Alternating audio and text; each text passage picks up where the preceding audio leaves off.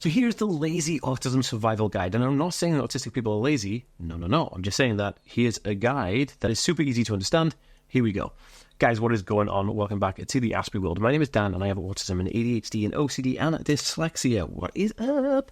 Okay, so I dedicate my life to helping autistic people because I am an autistic person, and I realize the potential in us to do some amazing things. So I'm here today to spread the delight of awesome things that we can do to help each other.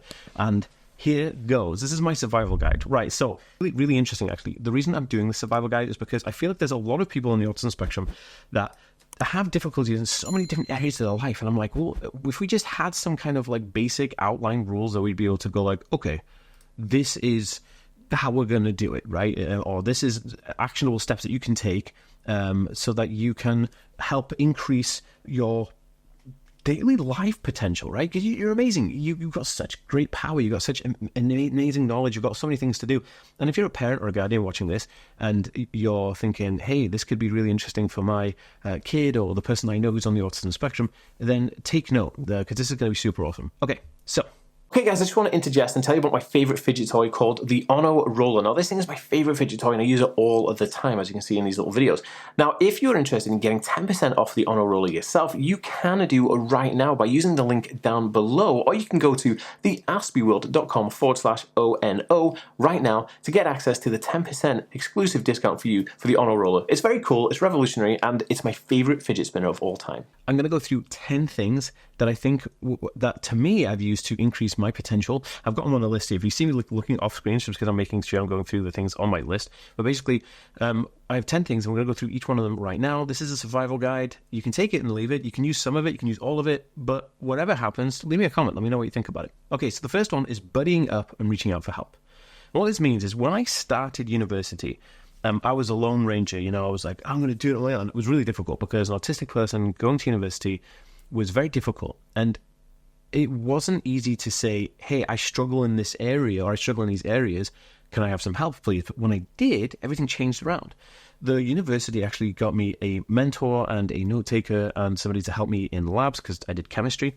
And having that help boosted my confidence for myself and the ability to be able to go, well, I can handle this situation.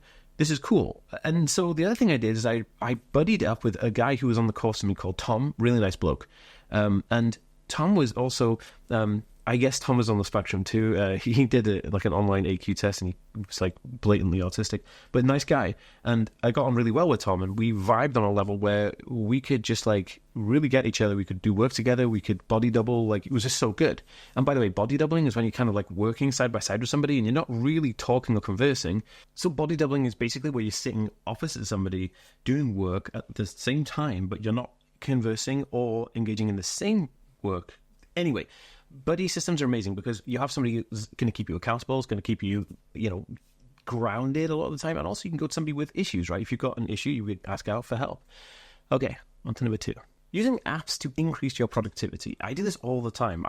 Not only do I use apps, but I use all smart technology available to me. Like I use my Siri assistant, I use my Alexa apps. All of those things actually create a more autism-friendly environment because what you're doing is you're getting these things to remind you to do stuff. And the reminder is things like take my medication, make sure I turn up for that appointment, get the work in on time, do a deadline, do something. If I didn't have these apps that were able to help me boost my productivity, I think a lot of my work would be just lost to the ether. Like I use Trello to keep track of my work. I use Microsoft To Do, which is basically like a list building app, but it also has like, you can assign dates and times and stuff to it. And I use my calendar app to make sure that all of my stuff is presented in a calendar format. So I know, okay, on this date, I'm going to do this. On that date, I'm going to do that. And it's all there, ready to go. The only thing I don't have really is like an autism tracker app. I know a lot of people use certain types of like autism apps to track like maybe the behavior or the energy levels or what. I don't do that. I actually just use typical like list building apps, like I just said, and kind of work management tools. But apps are going to help increase your productivity, which will help you survive in more of a crazy world. One of the only apps that I think is impeccable for people on the autism spectrum is an app called Bring. Now, Bring is like a grocery store app that you can add, you use it on your phone or your iPad or whatever, but also integrates into the Alexa as well. So I could say, hey, Alexa, open Bring and add orange juice. Okay, orange juice is on your list. So it actually adds stuff to the list, and then if I go on my phone and check, orange juice will be on my list. So let's just do it right now. So we go Bring, orange juice on the list. But the cool thing about this is that it actually has a picture of the orange juice carton on there. So it's not just orange juice, it's an orange juice carton.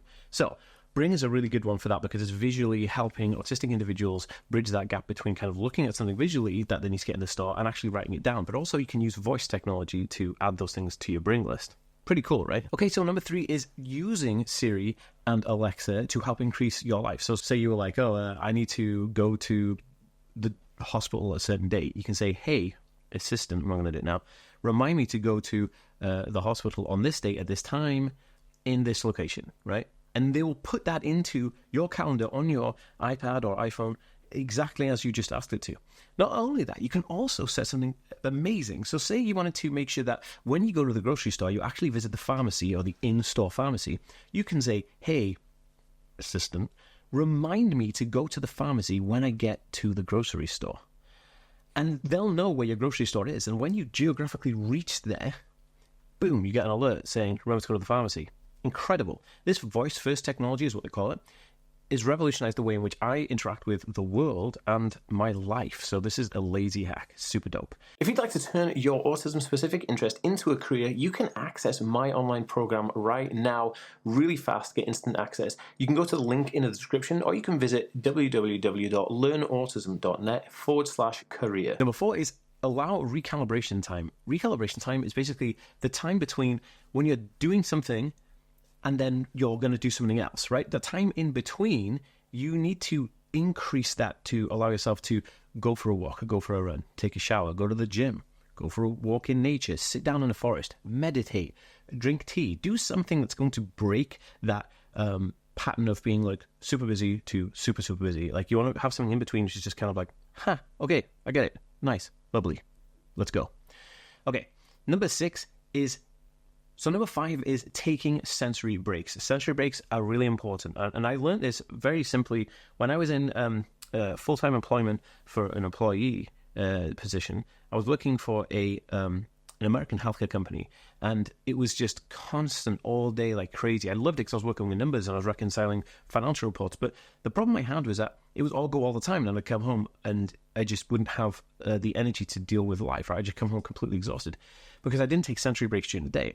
So I implemented with my boss, as I said, can I just take 10 minutes out of my lunch hour and then allow myself to sit in the one of the abandoned rooms in the office building, which is completely empty, sit and try and read a book or listen to a book or just sit there in silence. And it worked like gangbusters, dude. Like I did this and it increased my potential towards work, just 100% like increase. Like it was just crazy good. So taking regular sensory breaks, even if it's only 10 minutes during the day, twice a day, amazing. If you can't do that, just try 1 5-minute. You're gonna need that. Okay, so number 6 is self-advocacy, and always do what's best for you. A lot of people on the autism spectrum are known as people pleasers, right? And you've heard this term, right? Well, because most of the time we've felt bullied all the way through life. We've had people tell us what we need to do, why we're wrong, you can't do those things, you're not doing those things right. And then we end up with what's called people pleasing.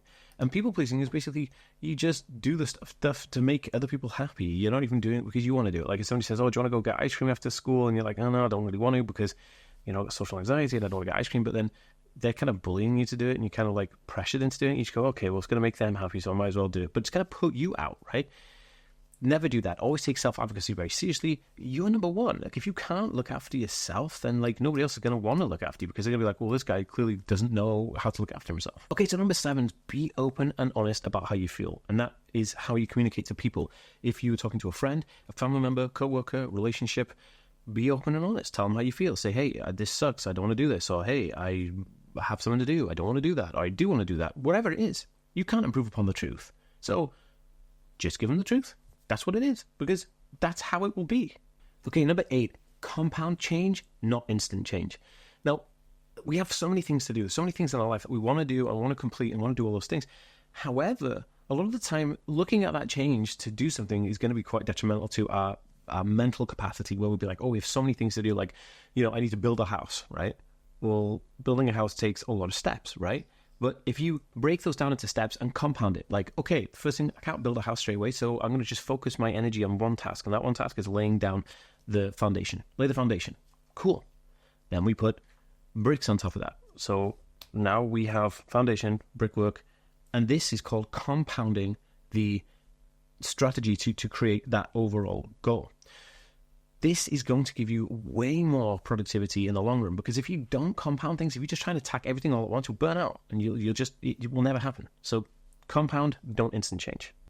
Okay, number 9 is the sandwich method, right? And I kind of developed this method when I was teaching some live webinars a few years ago. And the sandwich method is very simple.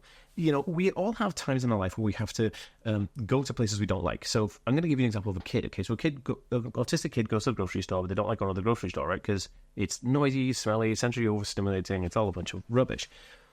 So how do we do it? We all have to go to the grocery store sometime, and parents have to take the kids with them. Sometimes we have no other choice. We can't do Instacart because maybe it's down, or we don't want to do Instacart, it's more expensive. There could be 100 reasons. So how do we do it? So the sandwich method is really interesting, and you can take this into any section of your life. I'm going to give you an example of the kid because it's easy to explain it. So this is how I do it. So before you go to the grocery store, you have your kid play Minecraft, right? Do something that they really enjoy, something that they get so much dopamine from. Dopamine, like an enjoyable feeling from doing something. And then you say to them, okay, now we're going to go to the store. So you go to the store and they have a short period of pain. They don't really want to be there and it's horrible. But then they know that when they come back home, they're going to be back on Minecraft having more dopamine. This is sandwiching dopamine between this little pain area here. So what will happen is the pleasurable experience will become more notable the more time you do it. Again, kind of compounding. And the pain will get less and less, or perceived to be less and less, even though you're still having to go to the store for the same amount of time. The each side reward will pay off in dividends. So just apply that to your life when you have to go do something that you kind of don't want to do or you feel pain from doing. And by pain, I don't mean like physical pain, it could be, but something that is like something you don't really enjoy doing, but you have to do it. Okay, number 10, this is so important and everyone forgets this, nobody thinks about it. Drink water after a meltdown. Autistic people have meltdowns all the time, right? Autistic meltdowns, big thing happens, trigger overload, sensory overload, something happens, bang, yeah, emotional outburst, you know, pulling hair, punching faces, you name it, right? It happens. But one of the biggest things we don't realize is what happens afterwards. Because we're burning through adrenaline and all this stuff's happening, we're sweating and we're like rage and anger. We actually become dehydrated because we've burnt up all the water that was residually in our bodies, right? So where do we go from there? Well, if you stay dehydrated, then what's going to happen is you're going to have headaches, you're going to have bad trouble sleeping, your bowels and, all the GI system won't work properly because you can be super dehydrated, right? And your brain will start getting foggy because you're dehydrated. So what do you do? If you have any questions or anything to ask me, pop in a comment down below right now because I read and respond to every single comment. Make sure that you drink enough water because this will bring you around from the recovery of a meltdown way quicker than it would if you were just literally dehydrated the whole time and then eventually got hydrated, a couple of days down the line. So rather than a meltdown lasting like 5 days, it will last like 24 hours. I mean, the aftermath. Super interesting. Try these out.